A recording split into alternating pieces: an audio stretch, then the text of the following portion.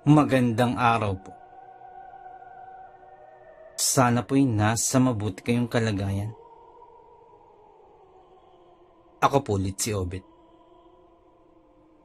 At ito na po ang pagpapatuloy ng kwento ni Joey at ng kanyang tiyuhin na black sheep na naging albularyo.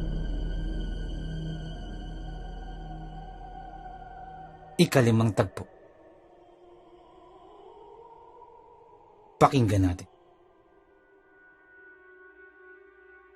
Ayun na kuya, nasa tabi mo yung buntot pagi. Baka kinuha mo nga yan, kagaya ng sa panaginip ko. Sambit pa ni Tikboy. Biglang napamulagat ang aking mga mata nang makita ko nga ang buntot pagi na nasa aking tabi. At napatingin na lamang ako kay Tikboy. Hindi maaari. Panaginip lamang ang lahat ng yun. Hindi pa pwede. Subalit, bakit nasa tabi ko nga ang buntot pagi? Maaari nga kayang ako talaga ang kumuha. Sambit ko sa aking isipan. At isa pa, bakit parehas ng parehas kami ng panaginip ni Tikboy? Umagang umaga nun ay bigla akong kinilabutan. Alam mo ba, boy? Ganyan din ang panaginip ko kagabi. Parehas na parehas tayo.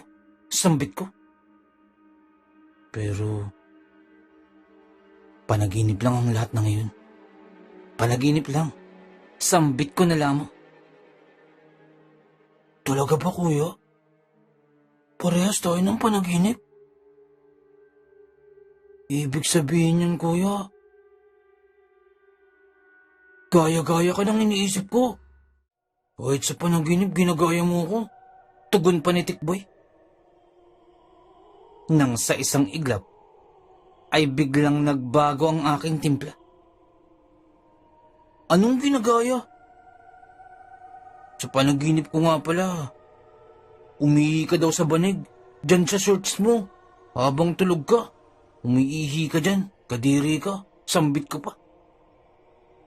Ungkit sa isang iglap, ang kilabot na nararamdaman ko kanina ay biglang nawaglit lahat at nauwi na naman sa asaran naming magkapatid.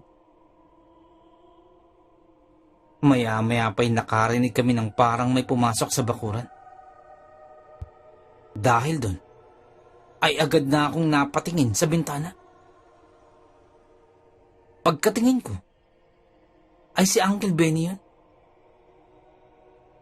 Kaya nga lamang, may kakaiba. May mga kasama si Uncle Benny at nasa kanyang likuran. Si Uncle Benny ang nauuna sa kanila. Sa kanyang gawing kanan, na nasa bandang likuran, ay isang matandang lalaki na tila nakasunod lamang kay Uncle. Matanda na ang itsura nito. Mahaba ang balbas, nakasombrero. Ang sa kaliwang bahagi naman ay isang lalaki naman na mahaba ang buhok, ngunit matalim kong makatingin. At sa gawing likuran naman ay isang malaking lalaki. Napakalaki. Halos hanggang dibdib lamang si Uncle Benny. Ang laki ng pangangatawan nito. Parang kagaya kay Incredible Hulk. At may bitbit pa itong malaking kahoy na nakapatong sa kanyang balikat. Bukod pa dun, ay may kasama pa silang isang matandang babae na tila nakatungkod pa at nakasunod lamang din kay Uncle Benny.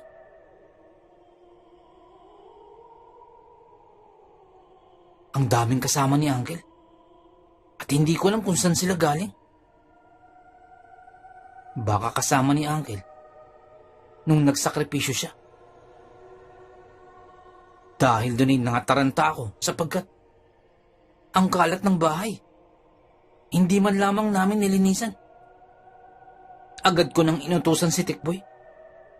Tikboy, bilisan mo nga, magligpit ka. May kasama si Uncle oh, may bisita tayo. Bilisan mo! Dali-dali namang nagligpit si Tikboy. Ngunit habang nagliligpit, ay sumilip siya sa bintana. At bigla itong tumigil. Kuya, kala ko ba may kasama si Uncle? Wala naman eh. Tingnan mo nga. Sambit pa ni Tikboy. Kung kaya't muli kong tiningnan si Uncle. Nung wala, duling ka ba? Tingnan mo nga. Ayun oh. Nasa likuran ni Uncle. Madami siyang kasama. Sambit ko pa. Kuya, baka ikaw yung naduduling. Wala akong nakikitang kasama si Uncle Benny. Naduduling ka na. Sagot pa ni Tikboy. At habang papalapit na si Uncle, papasok na sa pintuan, ay nakaabang na ako upang magtanong.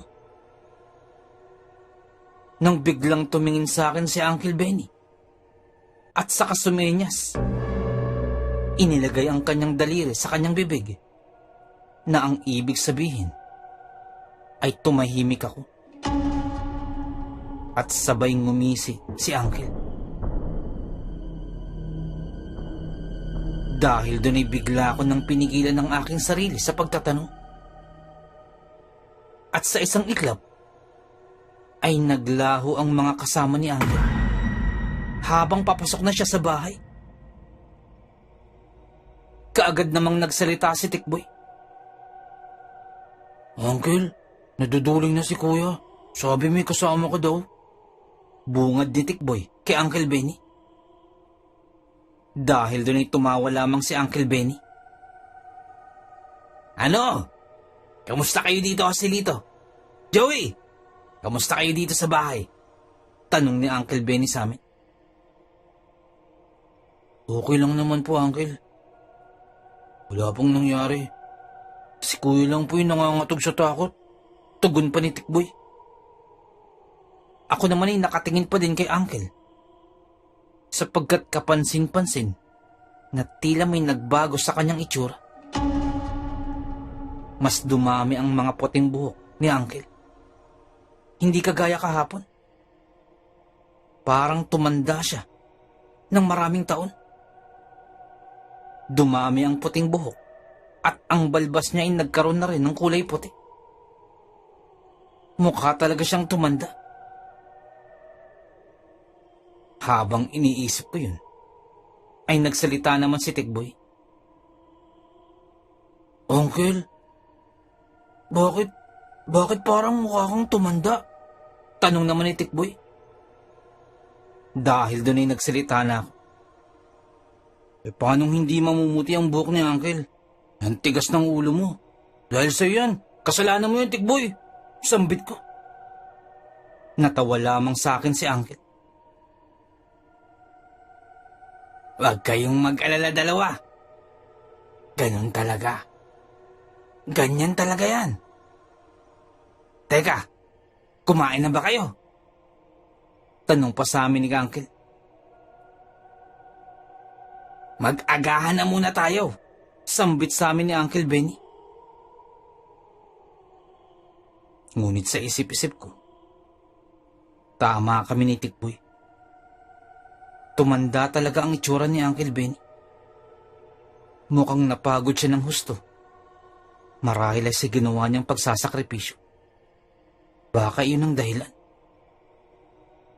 Ngunit bukod doon, yung mga kasama ni Uncle Benny kanina ay tila ako lamang ang nakakita at hindi si Tikboy. Kung ano man ang dahilan nun, ay hindi ko din alam. Sinabayan na namin sa pagkain si Uncle Benny ng agahan. Kinahaponan ay tila may nagaganap na parang parada na hindi ko alam kung ano yun. Kung kaya't naglakad-lakad kami kasama si Uncle Benny.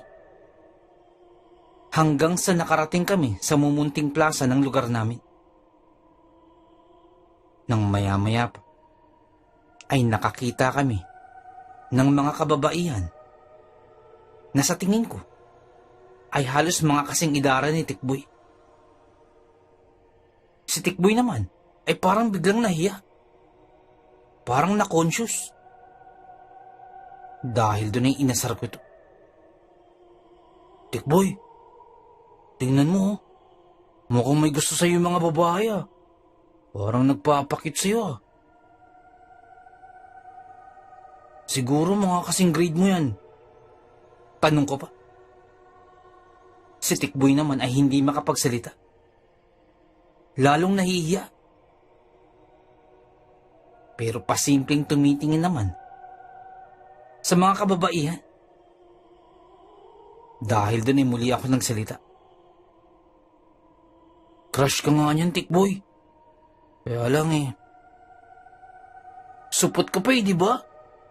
Sambit ko. Dahil doon ay nagtawanan yung mga batang babae. Kuya! Ano ka ba? Huwag kang umaingay dyan! Biglang sigaw ni Tikboy. Eh bakit? Hindi ba totoo? Isupot ka naman talaga, di ba? Eh naman! Huwag mo na sabihin yun, kuya! Saka taga Maynila naman ako. Sagot naman ni Tikboy. Taga Maynila ka nga. Supot ka naman. Wala din yun. Supot ka pa din. Pangaasar ko pa. Galit na galit si Tikboy. Kung kaya't tawa naman ako ng tawa. Tawa din ng tawa yung mga batang nakakarinig kanina. Alam mo kuya, magpapatuloy na ako. Pagbalik natin sa Maynila. Sigaw pa ni Tikboy. Eh pagbalik pa natin sa Maynila yun, matagal pa yun eh. Kaya supot ka pa din. Sagot ko naman. Tawa naman ng tawa si Uncle Benny. Talaga ba ako si Lito? Nako, yun lamang pala. Pero tamang-tama, naririto ka. Dito ka na magpatuli. Meron akong kakilala dito. Magaling magtuli. Sambit pa ni Uncle Benny. O talaga po ba, Uncle? Sagot ko naman. Oo. Lahat ng mga bata dito, siya ang nagtutuli. Sambit pa ni Uncle. Uncle, yung nagtutuli po ba yun? Doktor po ba yun? Tanong naman ni Tikboy. Ay, hindi yun doktor. Pero mahusay yun magtuli. Ano pong tuli yung gagawin niya? Tanong pa ni Tikboy. Yun ang tinatawag na pokpok. Sagot ni Uncle Benny. Dahil doon ay tila ng laki ang mata ni Tikboy. Pokpok? Ano po yung pokpok? Tanong kaagad ni Tikboy na parang nababahala. Dahil doon ay nagsalita ako. Pokpok. Kasi pupukpukin yung pototoy mo. Sambit ko pa. Ayoko na, Uncle. Masakit yun eh. Masakit yun. Sambit pa ni Tikboy. Kita mo na. Tinatawag mo akong duwag pero ikaw naman yung sapot. Tapos tuloy lang takot na takot ka. Bading ka ba, Tikboy? Bading ka ata eh. Pangaasar ko pang lalo. Dahil doon ay galit na galit sa akin si Tikboy. At tawa naman ako ng tawa. Huwag kang matakot, Tikboy. Hindi naman masakit yon. Parang kagat lamang yun ng langgam. Sambit pa ni Uncle Benny. Yun naman pala, Tikboy eh. Parang kagat lang ng langgam. Pero takot ka pa din. Bading ka talaga eh, no? Bading, sambit ka pa. At lalong gigil na gigil sa akin si Tikboy. Namumula na to sa galit. Kinabukasan, ay maaga pa lamang ay may nagpunta sa bahay nila Uncle Benny. Benny! Magandang umaga, Benny. Magandang umaga sa'yo. Bungad ng mga kalalakihan. Pagkasilip ko, 3 lalaki at hinahanap na si Uncle. Magandang umaga naman ho, Mang Igme. Tugon naman ni Uncle. Benny, magandang umaga sa'yo. Magpapagmut lamang sana kami. Mukhang nabati itong kasama ko eh. Ilang araw nang nananakit ang tiyan. Sambit pa ng lalaki na tinawag ni Uncle na Mang Igme. Maya-maya pa ay nagsalitang muli si Mang Igme. Sino ba itong mga batang ito, Benny? Mga anak mo ba? Tanong ni Mang Igme pagkakita sa akin. Ay, hindi. Mga pamangkin ko yan. Mga galing yan sa Maynila. Yan si Joey, yung malaki. Mga anak yan ni Kuya Jerry. Tugon pa ni Uncle. Kay Jerry ba kamo? Ang laki na pala ng panganin ni Jerry. Kaya lang, yung isa niyang kapatid parang napunggok, maliit pa. Sambit pa ni Mang Igme. Pagkadinig ko nun, ay bigla akong natawa. Kaagad kong binulungan si Tikboy. Narinig mo ba yung Tikboy? Tinawag kang punggok. Punggok! Sambit ko pa. Namumula sa galit si Tikboy. Kaya lamang ay wala itong magawa sapagkat may mga bisita si Uncle Benny. Ang yabang mo, kuya. Duwag ko naman sa kapre. Pabulong na sagot ni Tikboy. Alam mo, Tikboy, pag supot ka talaga, magiging punggo ka, di ba? Supot ka ba eh? Tugon ko pa. Nang gagalaiti sa galit si Tikboy, kung kaya't tumakbo na ako sa labas at tawa ako ng tawa. Matapos makapanggamot ni Uncle Benny, ay umalis na rin si Mang Igme. Maya-maya pa'y nagsilita si Tikboy. Uncle Benny, magpapatuloy na po ako ngayon Doon na po sa pokpok. Dahil doon ay napatingin ako kay Tikboy at ngumingisi-ngisi. Grado ka na ba dyan, sunggok? Tanong ko. Anong sunggok, kuya? Tugon ni Tikboy. Sunggok. Supot na punggok. At nagwala na sa galit si Tikboy. Kung kaya't agad akong tumakbo palabas at nagpahabol ako habang tawa ako ng tawa. Ngunit habang tumatakbo, ay nakakita ako ng isang babae na dumaan sa tapat ng aming bakod. Mahaba ang buhok nito at nakasuot din ng mahabang damit. Dahil doon ay bahagya akong napatingin dito. Ngunit maya-maya pa'y naririnig ko na si Tikboy na sigaw ng sigaw. Kung kaya't napatakbo muli ako, paikot ng bahay nila Uncle Benny. Hanggang sa muling pumasok ako sa bahay ni Uncle Benny kakatakbo. Nang makita kami ni Uncle, ay nagsalita ito. Tikboy! Tama yan, magpatuli ka na! Kakilala ko yung magtutuli sa'yo. Si Huseng. Mahusay magtuli yon. Siya ang pupuntahan natin. At saka hindi naman talaga masakit yon. Parang kagat lang ng langgam. Inulit pa ni Uncle Benny. At dahil doon ay napatigil na sa pagtakbo si Tikboy. Oh, yun naman pala, Tikboy. Para ka lang kinagat ng langgam. Baka sabihin mo, pati kagat ng langgam natatakot ka pa. Bading ka na talaga. Sambit ko pa. Gigil na gigil ang mukha ni Tikboy. Ngunit dahil sa galit nito, ay pumayag na itong magpatuli kay Mang Huseng. Kinabukasan, ay pabukang liwayway pa lamang ay gising na kami. Sapagkat ayon kay Uncle, ganun daw talaga ang pagtutuli ni Mang Huseng. Sa madaling araw ginaganap, upang hindi raw masyadong dumugo at wala daw makakita na ibang tao, lalo ng mga kababaihan. Dahil ayon sa sabi ng mga matatanda, mangangamatis daw ito kapag nakita ng isang babae. Matapos makapagkape, ay tumulak na kami sa lugar ni Mang Hoseng. At ang bahay niya ay malapit sa isang sapa. Kuya, bantayan mo sa paligid ah. Baka may babaeng makakita eh. Baka mga matis to eh. Sambit pa ni Tikboy. Sige boy, babantayan ko. Pero kumuha ka na ng dahon ng bayabas, tas ngatain mo. Utos ko pa. Umalis muna si Tikboy. At makalipas ang ilang minuto, ay may daladala na ito na isang sanga na may maraming dahon ng bayabas.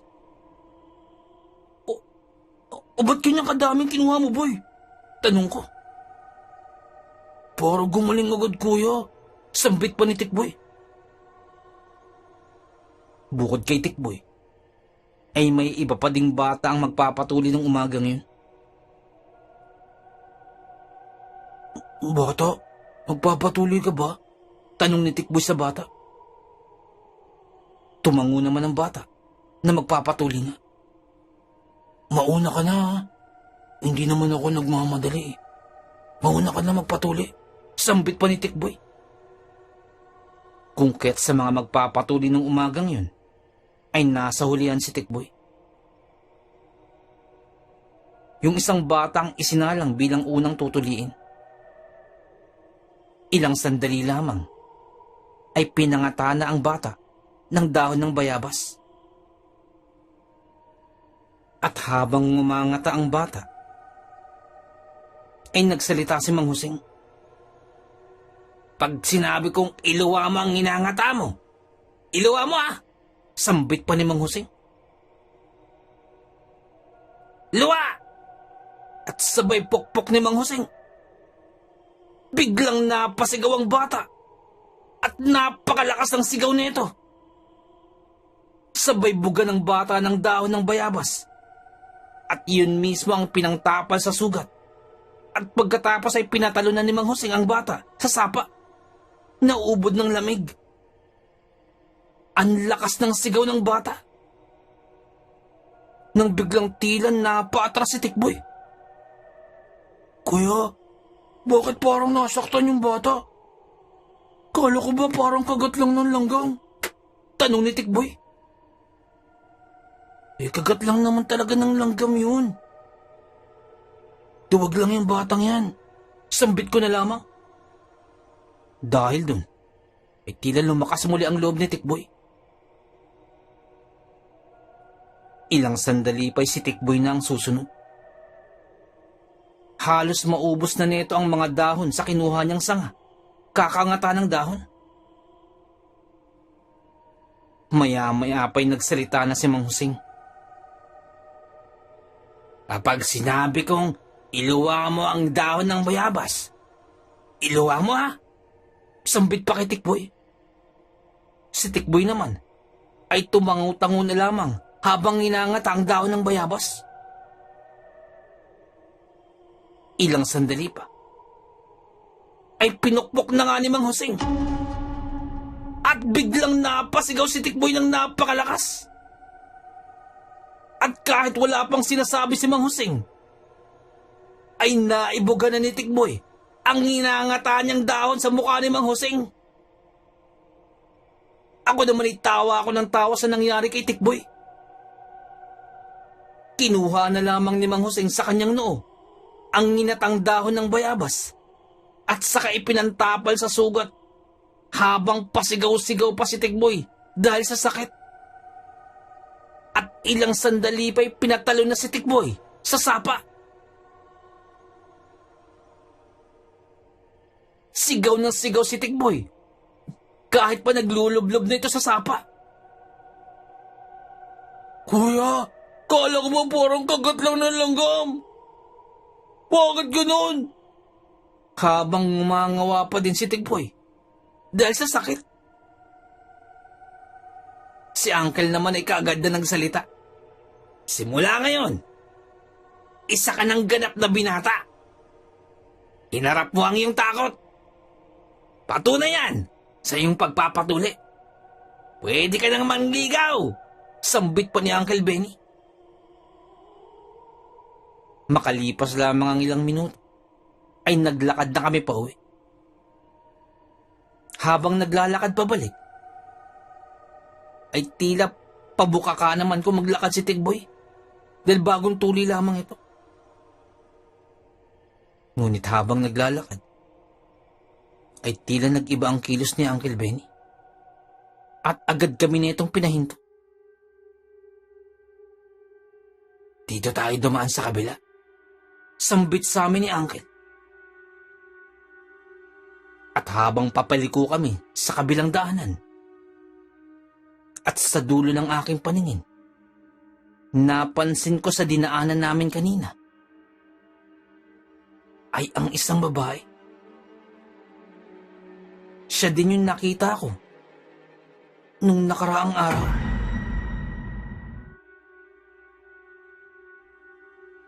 Tandang-tanda ko pa na ganyan din ang kanyang suot. May mahabang buhok at nakasuot ng puting bestida. Ngunit may kakaiba sa kanya. Nang biglang magsalita muli si Uncle Benny. Joey, dito, bilisan mo. At alalayan mo si Joselito. Sambit ni Uncle Benny. Hindi ko alam kung ano ang nangyayari. Pero biglang nagseryoso ang boses ni Uncle na kanina lamang ay patawa-tawa lang. Ang daanan na tinatahak namin ngayon, mas makipot ito kumpara sa kanina naming dinaanan at napapaligiran din ito ng mga iba't ibang klase ng mga puno. Paumaga pa lamang at hindi pa ganun kaliwanag. May kadiliman pa ang paligid. Habang tinatahak namin ang bagong daanan na yun, ay nagsalitang muli si Uncle. Tandaan nyo huwag na huwag kayong lilingon sa likuran at ituon nyo lamang ang iyong tingin sa ating daraanan. Paalala pa ni Uncle. At Joey, huwag na huwag mong bibitawan si Joselito. At ikaw din, Joselito. Huwag kang bibitaw sa kuya mo. Paalala pang muli ni Uncle Benny. At nang pabuka na ang bibig ni Tikboy upang magtanong, ay biglang tumigil si Uncle Benny sa paglalakad. Kung kaya't napatigil na rin kaming dalawa ni Tikboy.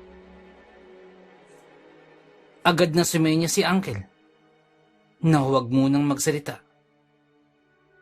At kasunod nun ay nakiramdam si Uncle sa paligid. At saka muling nagpatuloy kami sa paglakad. Ilang sandali pa'y biglang nakarinig kami ng parang may tumatakbo sa mga kakahuyan. May mga nagkaluskusan. Bigla akong kinabahan. Ngunit hindi ko pinahalata dahil baka asarin ako ni Tikboy. Kung kaya't nagkunwari ako na hindi ko na lamang naririnig.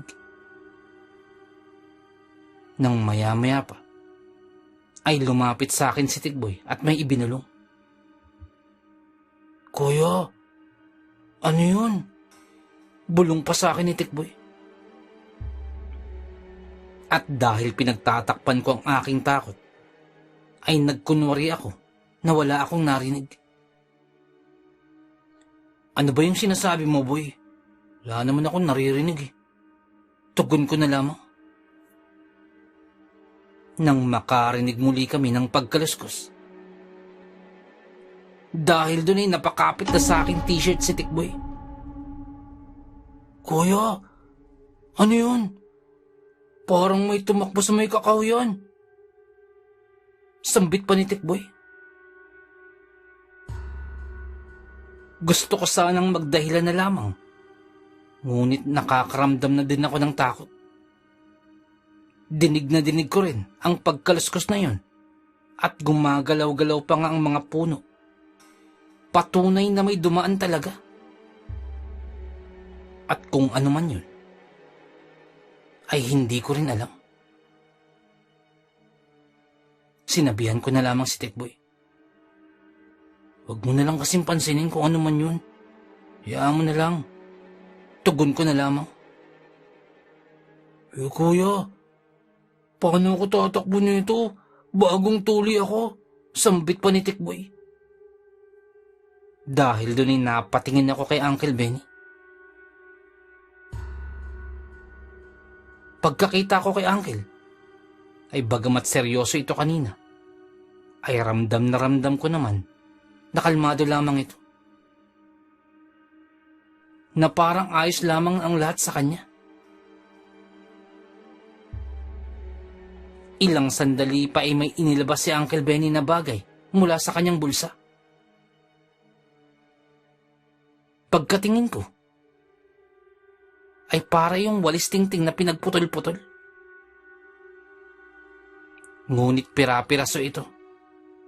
Mga nasa humigit kumulang 10 piraso lamang. Uncle, anong gagawin niyo po sa walis tingting? Tanong kaagad ni Tikboy. Pangpapalo mo daw yan, Tikboy. Sa naririnig mong tumatakbo, sambit ko. Nang maya-maya pa, ay nagsalita si Uncle Benny. Joey, Joselito, kumapit kayo sa akin. Lumapit kayo. At huwag na huwag kayong bibitaw. Kahit anong mangyari, huwag na huwag kayong bibitaw sa akin. Sambit pa ni Uncle. Kung kaya't kumapit ako sa bisig ni Uncle. At ganun din si Tikboy. Kumapit naman sa kabilang bisig. At nagpatuloy na kami sa paglalakad. At habang naglalakad, ay lalong lumakas ang mga pagkaluskos sa paligid. At nagkaroon na rin sa bawat panig. Nang biglang may tumalo na napakalaking bagay mula sa damuhan. At humarang ito sa aming daraanan. Itim na itim ang balat nito. At mukha itong hayop na hindi ko maintindihan. Ngunit nakatayo ito sa pamamagitan ng kanyang 2 paa. Bigla itong humarang sa aming daraanan. Napasigaw kaming 2 ni Tikboy. Ito na yata ang pinakamalakas na sigaw na nagawa ko. Mas malakas pa nung nakita ko yung kapre. Nang muli kaming paalalahanan ni Uncle. Huwag na huwag kayong bibitaw sa akin, ha? Tatandaan nyo. Walang tatakbo sa inyo. Paalala pa ni Uncle. Lalo akong napakapit kay Uncle Benny. 2 kamay ko na ang nakakapit sa bisig ni Uncle Benny. Si Tikboy naman ay halos pumasan na kay Uncle na parang biglang nawala yung sakit sa kanyang pagkakatuli. Ilang sandali pa'y kumilos ng marahas ang nilalang na yun na nasa aming harapan at tila papalapit na kay Uncle Benny. Lalo pa akong napakapit ng husto kay Uncle. Si Tikboy naman ay parang tinuli muli sa lakas ng kanyang sigaw. Ang nilalang na yun ay tila nasa harap lamang namin na parang may hinahanap at parang may inaamoy. Ngunit katakatakang hindi niya kami pinansin. At kasunod nun ay agad-agad na tumalon papunta sa mga kakahuyan at saka nagtatakbo. Nanginginig ang aking katawan ng mga sandaling yun. Si Uncle naman ay nagpatuloy na sa paglakad na parang wala lang nakita at parang wala man lamang na nangyari. Kami naman ni Tikboy ay halos hindi na mapakali sa aming nakita. Halos maihina nga ako sa aking shorts sa sobrang takot. Kasunod nun ay nagsalita si Uncle. Huwag kayong mabahala. Ako ang bahala sa inyo. Sambit pa ni Uncle. Walang makakalapit sa atin. Basta't wag lamang kayong bibitaw sa akin. Dagdag pa ni Uncle. Ilang sandali pa ay unti-unti na ring nagbubukang liwayway at unti-unting sumisilip ang haring araw. Kaalinsabay nun ay parang nakakaramdam din ako ng kaginhawaan. Nababawasan ang aking takot. Ilang sandali pa'y muling nagsalita si Uncle Benny. Yowie, Joselito, nakita niyo ba yung nasa harapan natin kanina? Tanong ni Uncle. Opo, Uncle. Nakita ko po. Tugon ko. Iyon ang tinatawag na aswang. Sambit ni Uncle. Napaawang na lamang ang aming mga bibig ni Tikboy at hindi makapaniwala sa aming nakita. Totoo palang aswang. At hanggang ngayon ay hindi pa rin ako makapaniwala na nakakita ako nito. Aswang po pala yun, Uncle. Buti po hindi tayo kinain.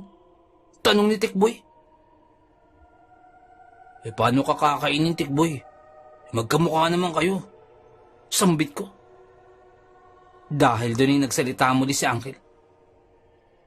Hindi niya maaari yung gawin. Hindi pangkaraniwan ng ganyang nilalang. At hindi mo yan sila makikita basta-basta. Lalo na kung hindi bukas ang iyong ikatlong mata. Sambit pa ni Uncle Benny. Ibig sabihin po ba nun, Uncle? May third eye na po ako? Sambit pa ni Tikboy. Sa laki ba naman ng mata mo, Tikboy? Hindi lang third eye meron yan. Baka may fourth eye pa yan. Tugon ko naman. At tumawa lamang ng tumawa si Uncle. Uncle, may mga aswang po pala talaga. Totoo po pala yung mga ganyan. Sambit ko. Marami pa kayong hindi nauunawaan. At hindi lahat ng bagay na paniniwalaan mo lamang ay base lamang sa iyong mga nakikita. Sapagkat napakadaming bagay ang mahirap ipaliwanag na hindi nakikita ng pangkaraniwang tao. Ngunit buhay na nasa ating kapaligiran. Sambit pa ni Uncle Benny. Talaga po ba, Uncle? Sinasabi ko na totoo talaga yung mga ganyan. Dagdag pa ni Tikboy. At dahil doon ay nagtanong ako. Uncle, may aswang ba na kumakain ng bagong tuli? Ibigay na natin si Tikboy para hindi na tayo harangin pa. Sambit ko. Dahil doon ay nag-asara na naman kami ni Tikboy habang pauwi. Maya-maya pa'y sinabi ko na rin kay Uncle ang napansin ko kanina. Uncle, may nakita din po ako babae na nasa harap ng bakod natin nung isang araw. At yung babae niyon, nakita ko din siya kanina. Sambit ko na lamang. Ayun ba? Mga dayo yan sila dito. At nakita din nila kayo na parang hindi kayo taga rito. Pero hindi na yan babalik pa. Ang akala nila kasi ay hindi kayo taga rito. Sambit pa ni Uncle. Huwag kayong matakot. Pag ipinakita niyong natatakot kayo sa kanila, ay lalo lamang silang lumalakas. Dapat malakas ang inyong loob. Magtiwala kayo sa kapangyarihan ng Diyos Ama na walang tatalo sa kanyang kapangyarihan. Sambit pa ni Uncle. Mabuti, Uncle Benny. at hindi tayo nilapa ng mga aswang na yung kanina? Tanong pa ni Tikboy. Hindi nila maaaring gawin yan, Joselito. Katunayan nun, ay hindi lamang iisa ang aswang na pumaligid sa atin kanina. Subalit, hindi niya tayo maaaring sugurin. At isa pa, naglagay ako ng sabulag. Sambit pa ni Uncle Benny. Ano pa yung sabulag, Uncle? Tanong ko. Kuya, alam ko yun. Alam ko yung kung ano yung sinasabi ni Uncle Benny. Yun yung tinatalian tas pinapalipad. Tapos pinagre-wrestling ko pa nga yun pag nilalagyan ng bubble gum sa likod. Yun. Tugon naman ni Tikboy. Hindi yun sabulag. Sa lagubang yung sinasabi mo. Magkaiba yun. Tugon ko. Tumawa lamang si Uncle dahil dun. Ang ibig kong sabihin, yung sinabi ko kanina, ay hindi nila tayo maaaring makita ng mga kagaya nila. Hindi nila tayo nakikita kanina. Paglilinaw pa ni Uncle.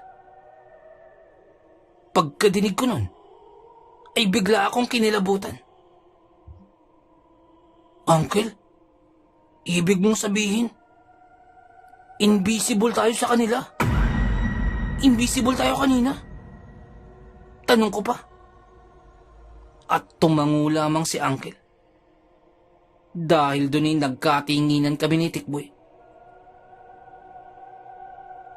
Invisible pala kami kanina. Kaya pala nakikita ko yung pototoy mo kanina, Tikboy. Nangangamatis na nga Lagot ka na, akala mo ba? Sabay tawa ko pa.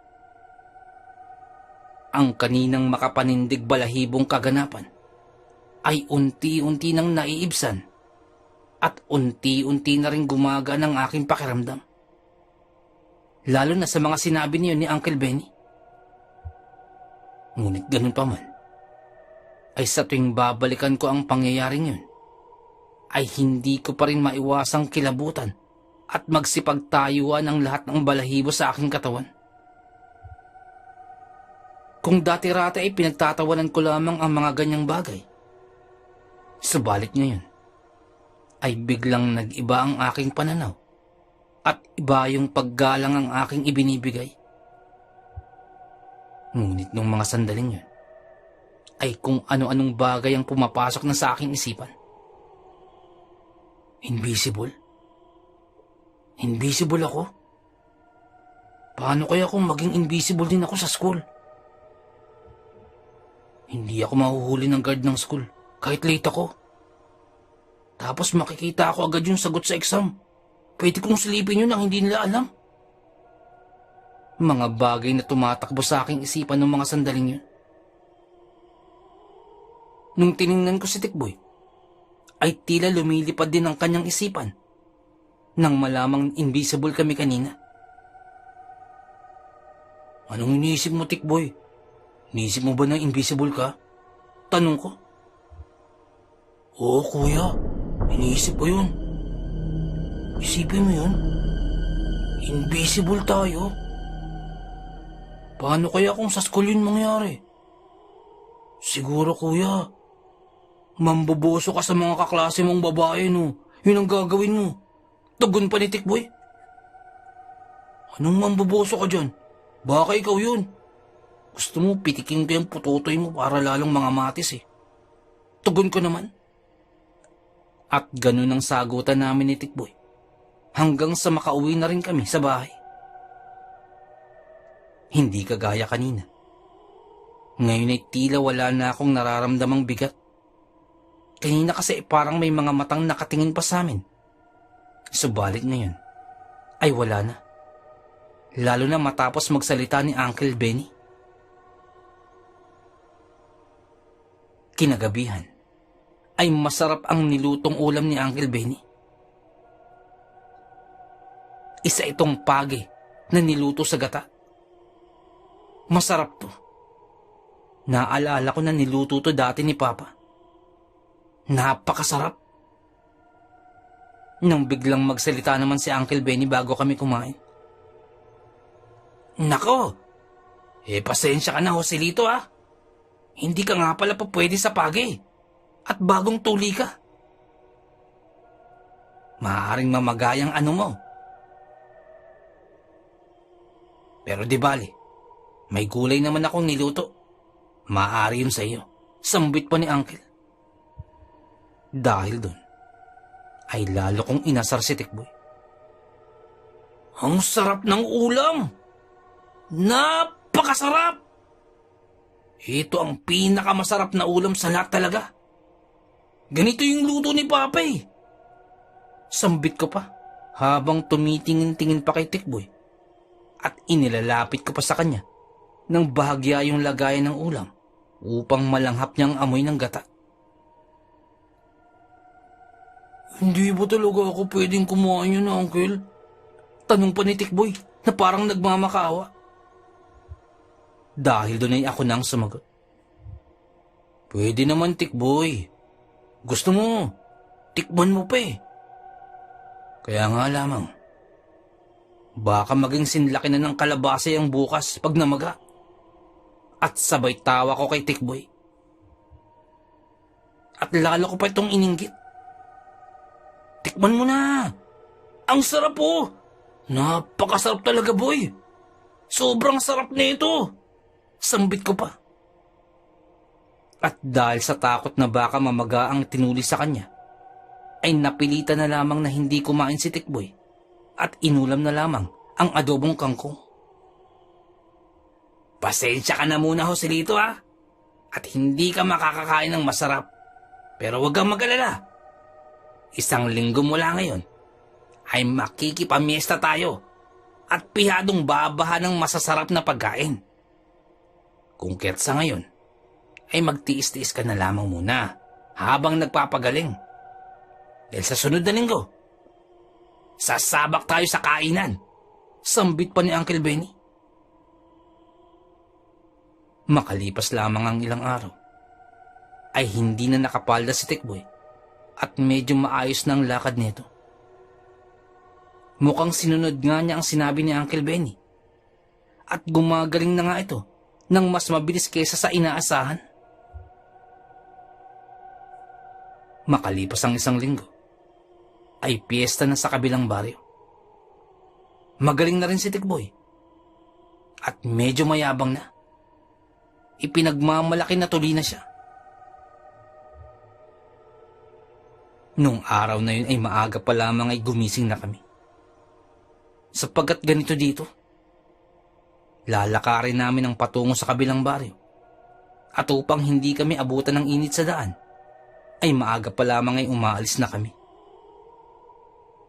Habang naglalakad kami, ay nagkukwento si Uncle Benny. Alam niyo ba, itong pupuntahan natin ay matagal ko na siyang kaibigan. Siya si Tatang Delpin. Siya ang bibisitahin natin. Ngunit para sa inyong kaalaman, si Tatang Delpin, siya ay isang antingero. Sambit pa ni Uncle Benny. At makalipas nga ang halos isang oras na paglalakad, ay narating na namin ang baryo na yun. At bumungad sa amin ang iba't ibang kulay ng mga palamuti at mga banderitas na nakasabit sa mga panulukan ng baryo na yun. Ganito palang magpiesta dito, kuya. Mukhang masaya. Sambit pa ni Tikboy. At sumalubong sa amin ang masasarap na amoy ng iba't ibang putahe na mga inihanda para sa nasabing piyesta. Ang sarap naman nun. Lalo akong ginutom. Sambit ko na lamang. Buti na lamang, kuya. Hindi tayo nag-almusal. Gutom na nga ako eh. Dagdag pa ni Tikboy. At nagpatuloy lamang kami sa paglalakad. Hanggang sa narating namin ang ilang mga kalalakihan na tila ba'y naghahanda ng kanilang ililitsyon. Maya-maya pa, ay biglang bumulong sa akin si Uncle Benny. Iyon si Tatang Delpin. Turo pa ni Uncle Benny. Pagkatingin namin, ay isang matandang lalaki ito na halos puti na ang buhok. At sa tingin ko, ay kasing tanda na ito ni Lolo. Ibang-iba ito sa iniisip ko na malaki ang katawan at malakas. Yun ang iniisip ko. Ngunit parang ang layo yata niya sa sinasabi ni Uncle.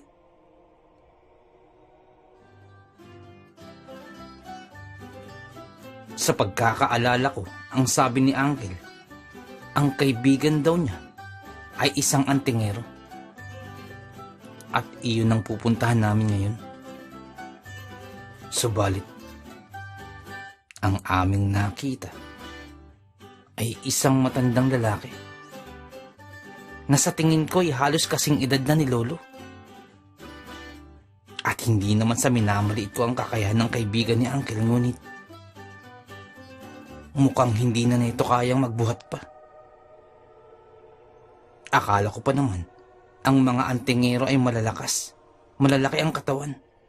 Subalit, kabaliktaran ang kaibigan niyon ni Uncle. May kapayatan. At mukhang hindi malakas. Parang nangihina. Mga bagay na nasambit ko sa aking isipan. Maya-maya pa'y nagtanong naman sa akin si Tikboy. Kuya, tumangkad na ba ako?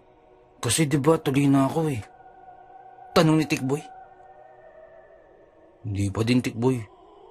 Punggo ka pa din. Kahit tuloy ka pa, punggo ka pa rin. Pagbibiro ko pa. Kung ket nagkaasara na naman kami ni Tikboy. Nang maya-maya pa'y pinatahimik ko rin siya.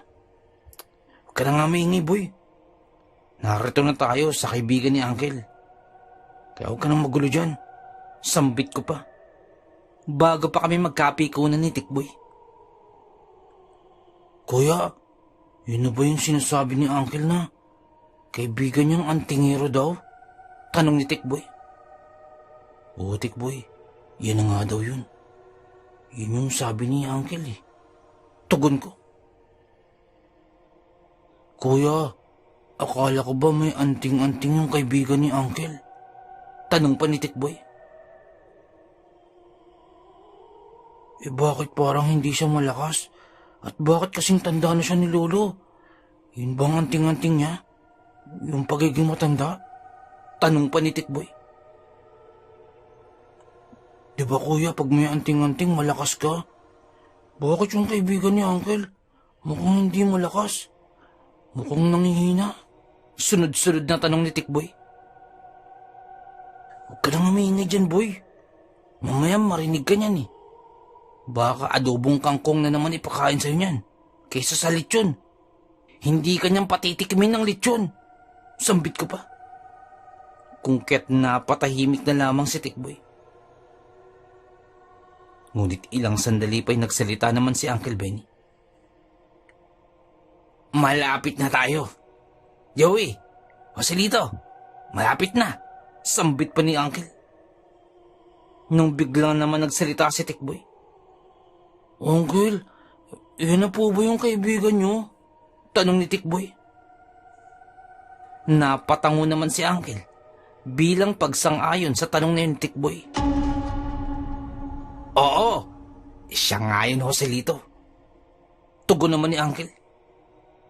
Uncle, sabi ni Kuya mukha daw lang pa yung kaibigan niyo. Mukha daw walang agimat. Mukhang mahina, sabi niya ni Kuya. Biglang banggit ni Tikboy. Along ako? Wala akong sinasabing ganyan ha. Babaldugin kita dyan eh. Biglang sagot ko naman. Ngunit pagkatingin ko kay Uncle, ay imbis na magalit ito. Ngunit tumawa lamang si Uncle. Joey, Joselito, panoorin niyo ito. Sambit pa ni Uncle Benny. At mula sa di kalayuan, ay tanaw namin ang kaibigan ni Uncle na yun na si Tatang Delfin. At may hawak itong mahabang itak sa kabilang kamay. At kawayan naman na matulis sa dulo. Ang hawak nito sa kabila. Sinusubukan niyang itusok ang kawayan sa kinatay na baboy upang litsunin.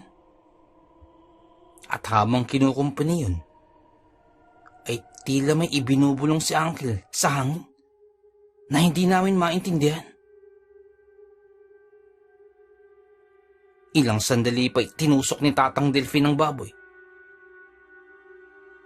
Nang biglang bumaluktot ang itak nito. Biglang nanlaki ang mga mata ko noong mga sandaling yun.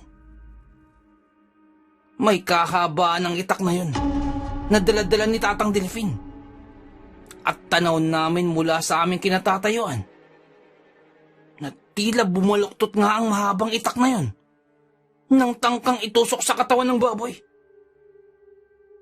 Ngunit baka namamalikmata lamang ako. Nang ilang sandali pa'y muling itusok ni Tatang Delfin ang itak. At nagmistula namang itong goma. At tumalbog-talbog pa ito nang tumama sa balat ng baboy. Kuya, nakita mo ba yun? Biglang sambit ni Tikboy. Ako naman ay hindi makapagsalita at tila napatulala ng mga sandaling yun nang makita ko ang kaganapan na yun. At hindi na lang pinansin ang katanungan ni Tikboy. Dala na rin ang pagkamangha. Muli ay sinubukan ng kaibigan ni Uncle na itusok muli ang itak sa baboy. Nang bigla itong lumambot pagkatusok sa baboy. Tila nainis na ang kaibigan niyo ni Uncle. At narinig ko itong nagmura. At tila may sinasabi din ng mga bagay at mga kataga na hindi namin nauunawaan. Muli ay tinusok ng matanda sa bandang puweta ng baboy ang itak. Pagkatusok ay halos sumambulat ang katawan ng baboy. At sa sobrang lakas ng pagkakatusok, ay tumagos ang itak na ito hanggang sa bunganga ng baboy. Gulat na gulat ako. Hindi ko inaakala na ang ganun katanda ay nagtataglay ng pambihirang lakas. Tinusok niya ang baboy mula sa puwetan at tumagos ang itak sa bunganga. Pagkatingin ko kay Tikboy, ay parehas kaming nakatulala. Nanlalaki ang mga mata at hindi makapaniwala sa aming mga nakikita. Nang biglang tumawa si Uncle Benny at saka napalingon naman si Tatang Delfin sa aming gawi. Sinasabi ko na nga ba ikaw ang may kakagawa nito. Sambit po ni Tatang Delfin. Tatang Delfin, wala pa rin kakupas-kupas. Tugon naman ni Uncle Benny. At dun ko pa lamang napagtanto ang sinabi niyo ni Uncle Benny. Na isang antingero, si Tatang Delfin. Hindi ko inaakala na ang isang matanda na halos mas malaki pa ang katawan ko ay pambihirang lakas pala ang tinataglay. Kitang-kita ko kung papanong tumagos ang kanyang itak kasama ang kanyang kamay sa mismong bunganga ng baboy. Para lamang akong nanonood ng isang pelikula. Parang mula sa mga movie lamang nakikita yung ganung eksena. At kung papanong naging parang goma yung mahabang itak na yun kanina, ay isa pang malaking katanungan.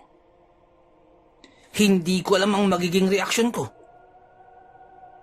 Subalit, nagtayuan ang lahat ng balahibo ko sa katawan nung makita ko yun. Maya-maya lamang ay naririnig ko nang nagbibiroan sina Uncle Benny at si Tatang Delfin. Kaming dalawa naman ni Tikboy ay hindi makapaniwala. Hanggang ngayon ay nanlalaki ang aming mata. At wala akong masabi kahit na ano. Gulat na gulat ako. Maya-maya lamang ay tinawag na rin kami ni Uncle Benny. At makalipas lamang ang kalahating oras, ay inilabas ko na rin ang aking agimat. Agimat sa paglamon. Sobrang sarap kasi ng handa nila dun at iba't ibang putahe ang nakahain. Kung kaya't kain lamang ako ng kain. Si Tikboy ay hindi rin makapagsalita. Paano kasi? Palaging puno ang bibig ng pagkain. Kain lang kami ng kain maghapon. Ngunit sa kasagsagan ng handaan sa piyesta at mga nagiinuman, ay mga 2:00 pa lamang ng tanghali, ay nagpapaalam ng uuwi si Uncle Benny. Uncle, bakit uuwi na tayo? Hindi ba tayo kumakain ng lechon eh? Sambit ni Tikboy. Ano ka ba, Tikboy? Halos lapirutin mo na nga yung tenga ng baboy eh. Kanina ka pa kumakain ng lechon. So sasabihin mo, hindi ka pa kumakain. Tugon ko. Ay, ganun ba, Joselito? Kung ganun kung gusto mo iwan ko na lamang muna kayo dito. At babalikan ko na lamang kayo mamayang hapon. Kinakailangan ko kasi talagang umuwi agad. Sambit pa ni Uncle Benny. Hindi na po, Uncle. Madami na po kaming nakain. Lalo yan si Tikboy.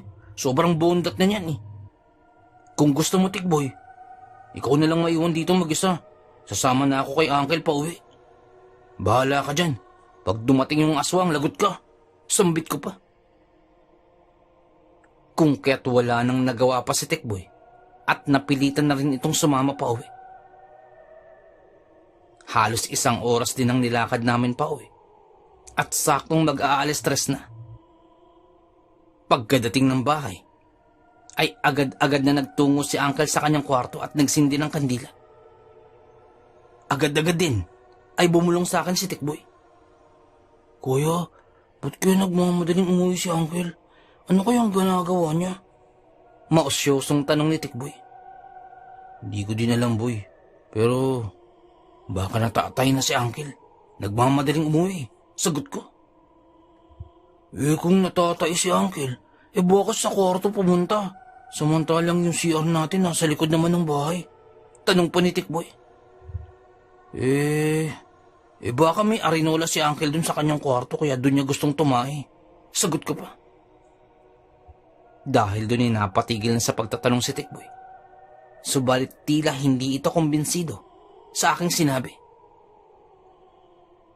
Ilang sandali pa'y lumapit si Tikboy sa kwarto ni Uncle na nakasarado na ang pintuan at idinikit ni Tikboy ang kanyang tenga at saka mausyosong nakinig. Kuya, may naririnig ako pero hindi ko alam kung anong salita yun Sambit pa ni Tikboy.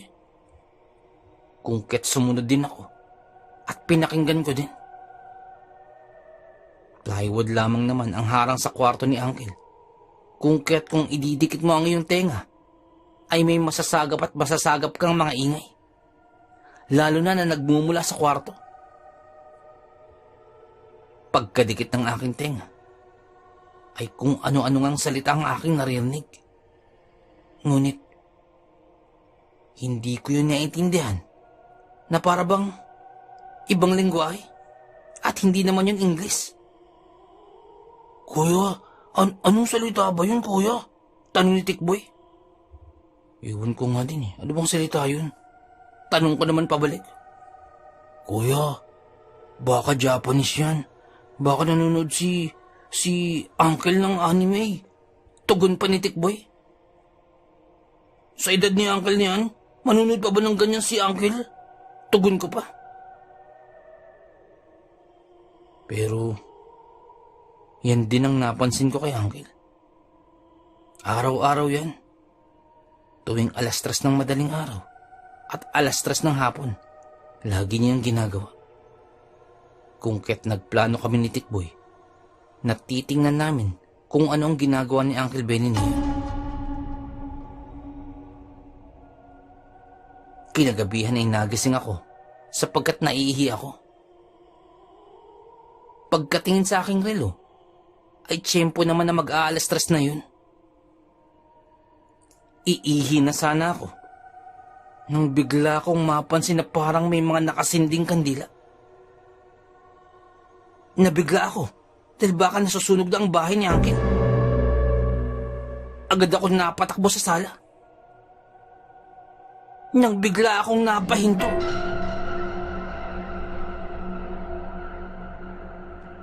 Pagkakita ko ay bumungad sa akin ng madaming kandila na nakabukas. Bigla akong natigilan sa dami ng kandilang yun. At sa gitna nun, ay may nakadapang tao.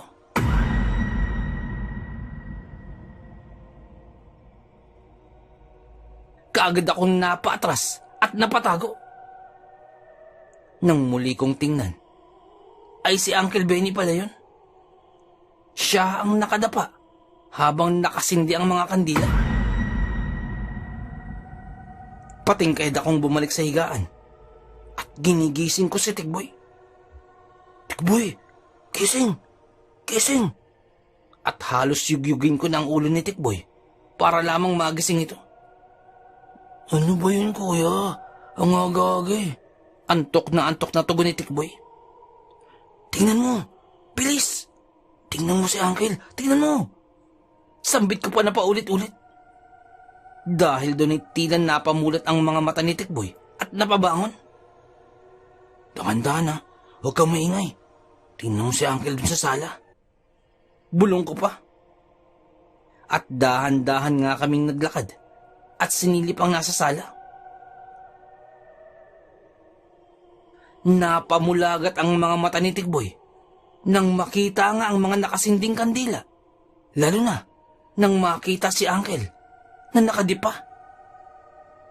At habang nakadipa, ay naririnig namin ang mga kakaibang kataga na binibigas ni Uncle. Mga salitang ngayon ko pa lamang narinig. Anong ginagawa ni Uncle, kuya? Bulong pa ni Tikboy. Kuya, bakit palagi nagdarasal si Uncle ng ganitong oras? Tanong ni Tikboy. Yun nga din napansin ko, boy. Baka siguro dahil sa pagiging albularyo ni Uncle, kaya ganun sila magdasal. Tugon ko naman. Nang maya-maya biglang tumayo si Uncle. Kung kaya't dali-dali din kaming bumalik sa higaan at nagtulog-tulugan na lamang ako. Ngunit maliwanag pa rin sa aking isipan ang aking nakita. Nakadipa si Uncle Benny at napapaligiran ng mga kandila. Hindi ko alam pero nakakaramdam ako ng kilabot. At nung mga sandaling yun, parang may kakaiba sa kanya nung mga tagpong yun. Makapanindig balahibo. Nung maya-maya pa'y tinanong ko si Tikboy. Ngunit umihilig na ito at nakatulog na. Hanggang sa nakatulog na rin ako. Kinabukasan ay tinanong namin si Uncle Benny tungkol sa nakita namin. Ayon kay Uncle Benny mismo, siya daw ay nagdarasal sa kapangyarihan na ipinagamit sa kanya ng Diyos Ama. At ginagawa niya daw yun na parang pagpapakain sa kanyang taglay upang lumakas daw ang kanyang nilalaman. At ginagawa niya yun araw-araw, walang palya, umulan man at umaraw. Mukhang hindi biro ang pagiging albularyo. Bagamat madaming natututunan, kagaya ni Uncle, ay hindi biro ang sakripisyo nila. Yung gigising araw-araw ng 3:00 ng madaling araw. Kinabukasan ni maaga pa lamang ay kinuusap na kami ni Uncle Benny. Joey, Joselito, bukas ng bukas ay maaga pa lamang itutulak na tayo papuntang bundok. Sasama ba kayo? Tanong ni Uncle Benny. Sige po, Uncle. Pero si Tikboy maiwan na lang yan. Mukhang hindi pa po makalakad ng maayos dahil sa tuli niya eh. Sambit ko. Hindi, kuya. Sasama ako. Sasama ako kay Uncle eh. Tugon naman ni Tikboy. Nga po pala. Uncle, ano pong gagawin natin sa bundok? Tanong ko naman. May pupuntahan tayo doon. At Isa siyang ermitanyo. At dun ko natutunan ang ilan sa aking taglay-taglay. At nais ko kayong magtungo din dun upang malaman natin. Sambit pa ni Uncle Benny. Kung ket excited na kaming dalawa ni Tikboy na umakyat ng bundok. Nang kinahapunan, ay biglang dumating sa probinsya ang iba naming mga kaanak. Joey, pinapauwi na daw kayo na ngayong tatay sa Pasay. At dun ko naisip na malapit na rin pala ang enrollment. Kinakailangan na naming umuwi sa Pasay.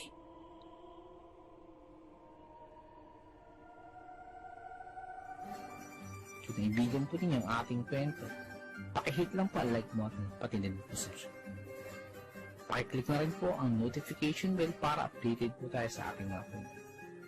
Kung may nais po kayong sabihin, pakiiwan lang po sa ating comment section.